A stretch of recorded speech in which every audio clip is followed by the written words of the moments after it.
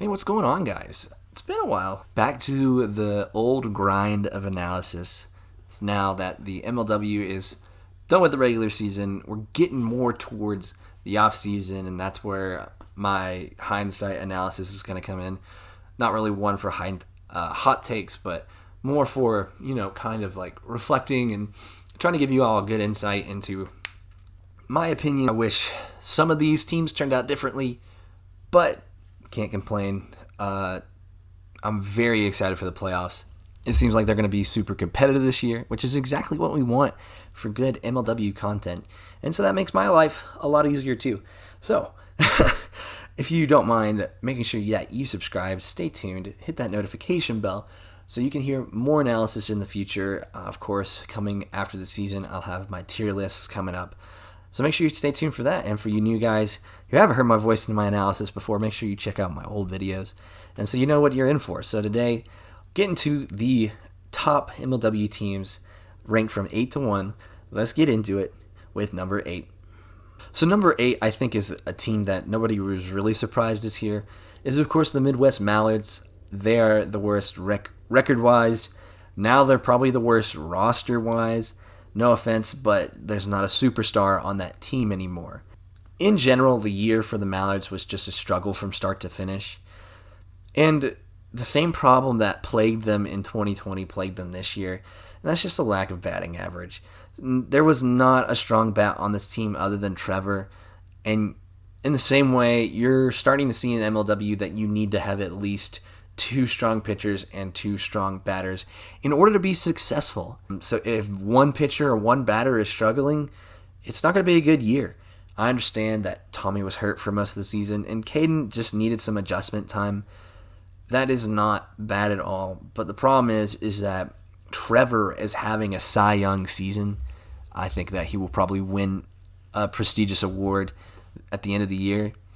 And it's just so disappointing to know that there's so many chances and opportunities the Mallards had to finish the game, and they just didn't.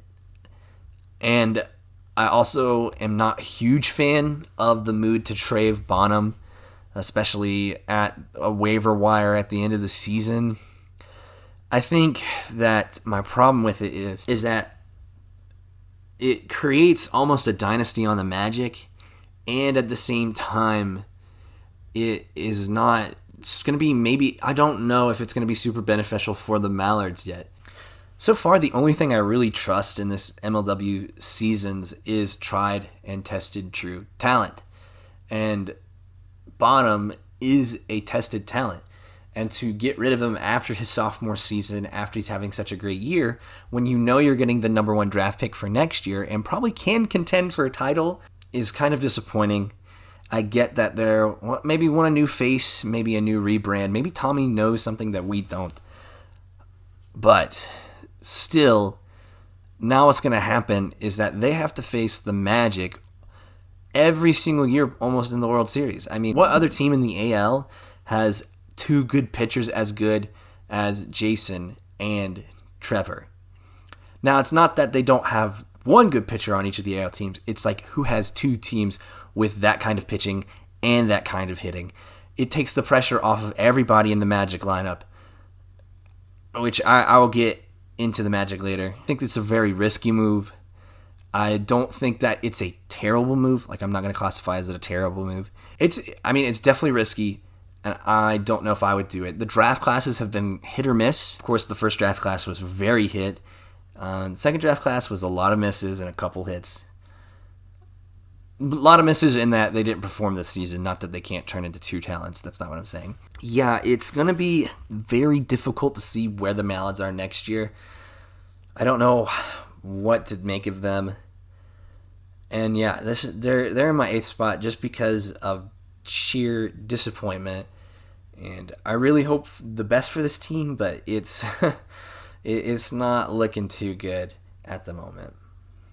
Next up at number 7, I'm going to put the Eastern Eagles. And I still am very surprised to see the Eagles here. I think that they're again carried off of the back of Dan. However, I will say that Neil and Zach, and especially Dallas, have really stepped it up.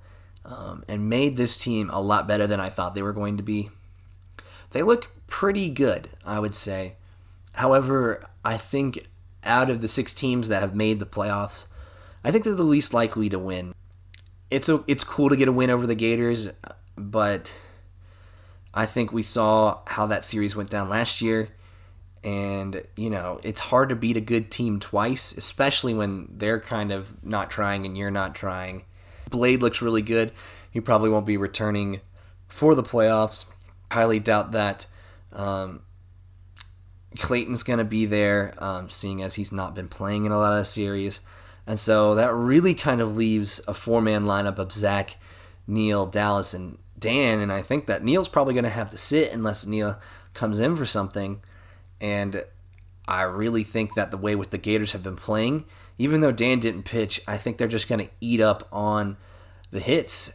And so for me, the Eagles are kind of in this weird spot where it's Dan against the world still. Even though Dallas is going to be really good in the future, he's still got a lot of room to grow. And I think next year is going to be the Eagles' windows to win after they get another draft pick, and hopefully we'll see some of more Blade and maybe some more talents coming in. But at the moment, I just don't feel good about this Eagles team. I think the roster has still got some growing to do. And again, I just don't like them batting-wise. I think their batting is better, but it's still not amazing. And going against Cheatham and or Jorgie in the playoffs just doesn't look good. And I currently think that if the next team on this list, if they go head-to-head, I think this team beats them. So heading on to number 6. At number 6, we have the Pacific Predators. If you don't know, make sure that you watch the last video. Of course, the Cobras got that one win. I think I knew after the All-Star break that the Cobras only needed 3 wins, no matter what, in order to make the playoffs. And so they only needed 1 win against the Magic, and that's just unfortunate. And it all just comes down to that Cobras-Preds game, and the Preds just did not win. And that's all it is. I mean, that's as simple as it is. It's unfortunate. I really liked the Preds this season. I definitely didn't think they were going to miss the playoffs. I think the problem is that although McGlade was really good and a very standout and surprise player, Orda probably had one of his better seasons in the MLW, it just didn't seem that it was aligned when Cratch was on the mound. And it's not that Cratch is regressing. I don't think he's a bad pitcher in any way. He's just going against a bunch of guys that he's been playing against a long time.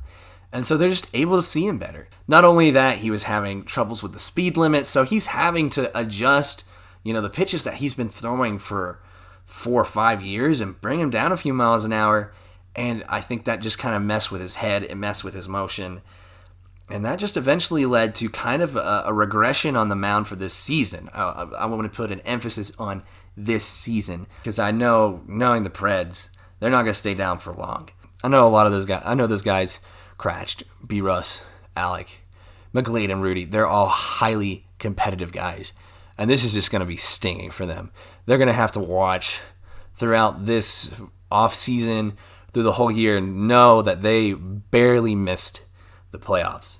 And I mean barely missed. So I think, another year, hopefully some practice, but my problem is that I was like, where do you go from here? Like, McGlade was great, Rudy was okay at most points in the season, but where do you go from here as your Preds fan? Like, what is a draft pick really gonna do? This is where I kind of go in, like, is this time for expansion? Like, does Cratch need to make his own team? I highly doubt they will, but like, what is a Preds draft pick gonna do for them? And it's hard to say.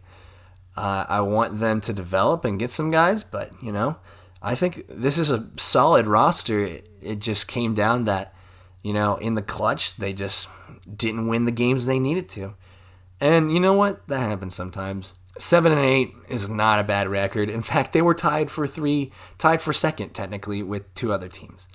So, tough loss, tough way to go out for sure. But I think it'll be better for them in the future. And to number 5. And at number 5, I have the Coastal Cobras. Cobras barely squeaking in. off of the Magic Cobras game. I kind of am tired of the narrative that MLW players have been saying and other guys and like other podcasts. I'm tired of this narrative that Drew Davis is a guy who doesn't have any mental fortitude and that if you just get in his head, he will crumble. And I think if you watch the Magic Cobra series, I think you will finally see how wrong that idea is. Because imagine going down 0-2 in a series. You lose 8-5. You lose a close game too. You've not been pitching the best up until this point. Your batting has been good. He hit 3 home runs up until the third game. And he throws a shutout and hits the game-winning home run. And he didn't have Andy Duran. He did not have Baranowski. He had Gus, who looked solid on the mound. And he had Sean Flynn, who's been kind of hit or miss. And I think this is a statement win for the Cobras.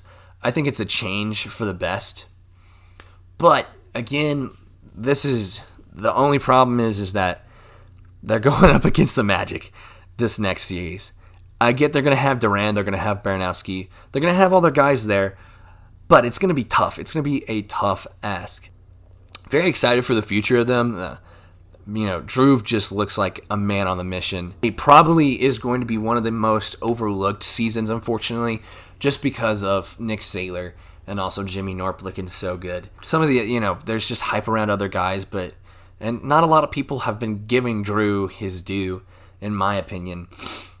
I think that this is probably a really good standout season for the Cobras because it really showed their fortitude and that even when they didn't have all their guys, that even when things were really tough, they pulled through and they made the playoffs, which a lot of people did not really expect them to do probably more so the Magic, but not after what happened with Bonham. I think it's a very proud moment and statement win for Drew Davis to get that one game to be able to make the playoffs. It's going to be tough going into the playoffs. I think they're probably the second least likely. I think that it's more likely that the Cobras could get to the World Series in comparison to the Eagles. So that's why they're rated a little higher on this list. I also think the AL is just a little bit tougher of division currently for the distance between the teams is a lot smaller than the distance between the team and the NL, in my opinion. Yeah, that's currently how I'm feeling about the Cobras. Very proud of the season. It's not about the record, but more about just the ability to win when it mattered most is what the Cobras really needed, and that showed this time. All right, moving on to number 4. At number 4, we have the Great Lakes Gators. Great Lakes Gators have, for some reason, just shown up at the end and said, hi, oh yeah, remember us? We're also kind of good. Gators, where have you been all season? Why did you not just now shown up at the end? And that's okay. Getting hot when you need to is definitely something to look forward to.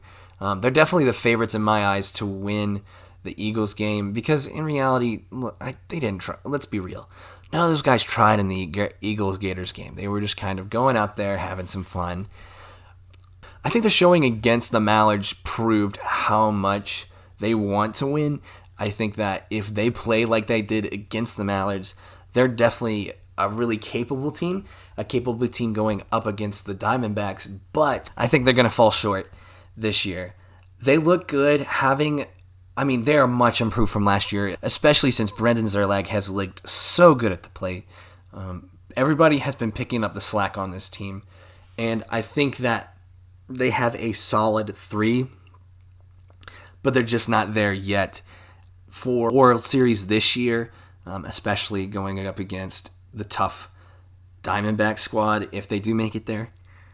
But, yeah, I feel good at them reaching number 4 spot. I think they're definitely the second best team in the NL for sure. And I think they're perfectly placed and poised to take into the NLDS and put up a good fight against the D-backs.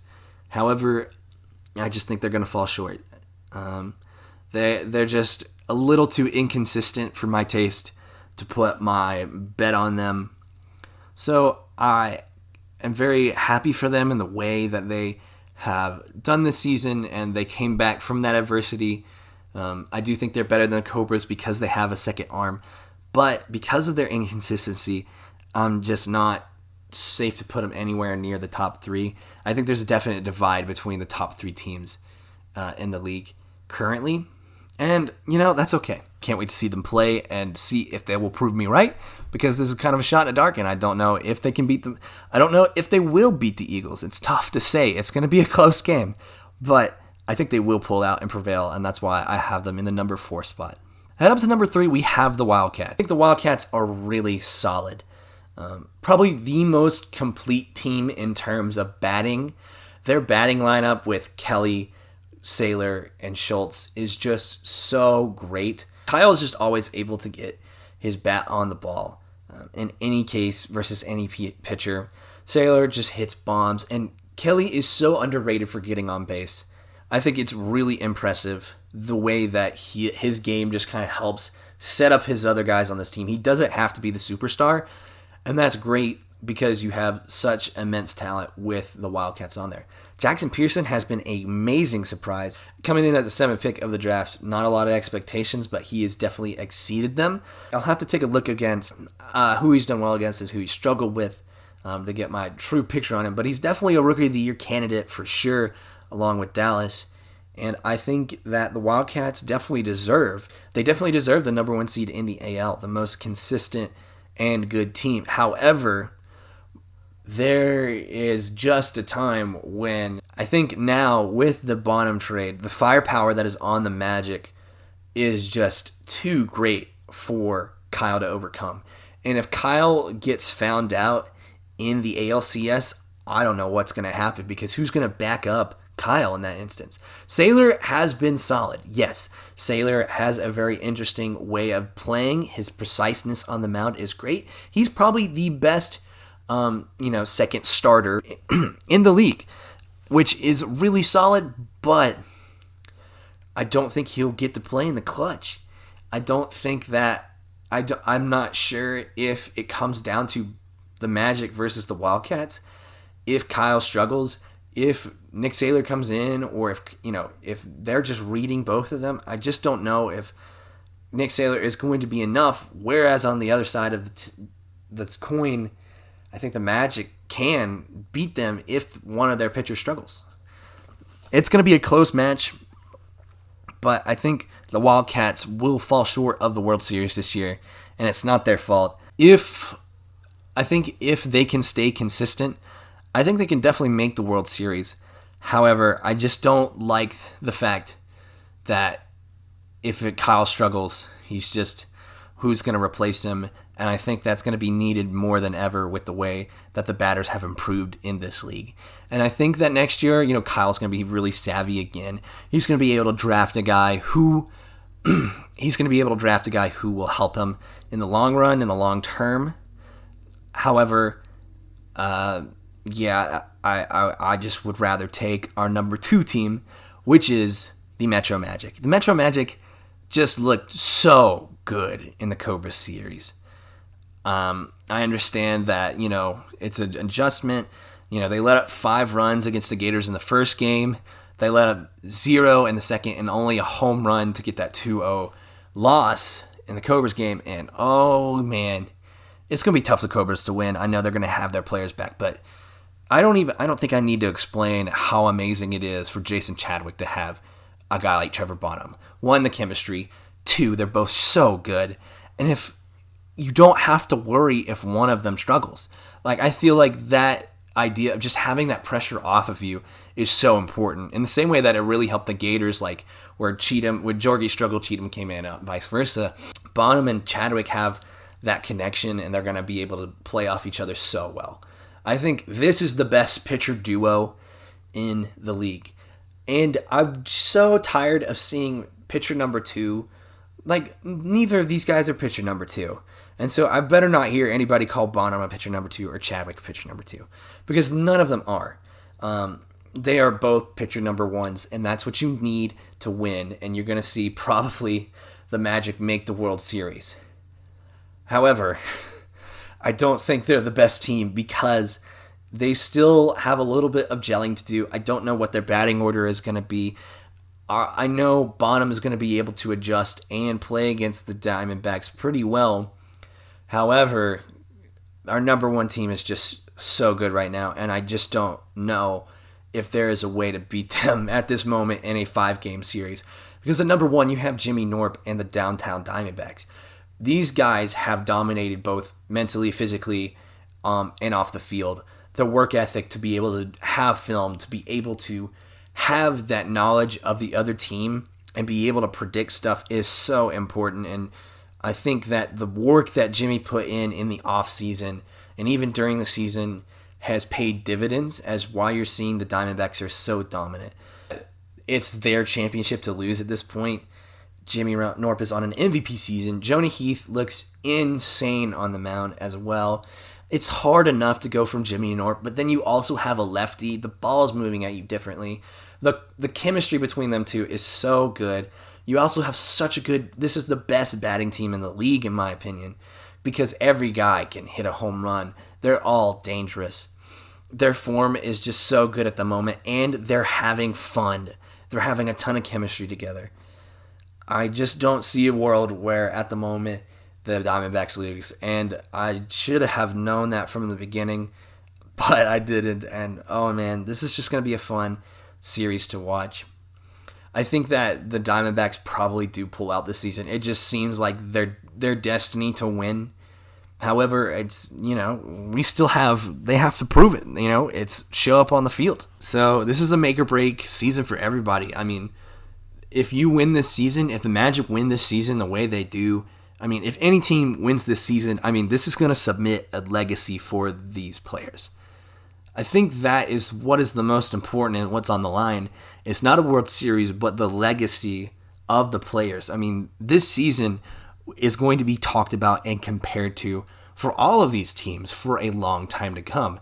No one's talking about the 2017 Wildcats in this moment. Nobody's talking about the 2018. People are going to talk about the immense amount of averages, home runs, the way that some pitchers just skyrocketed above others.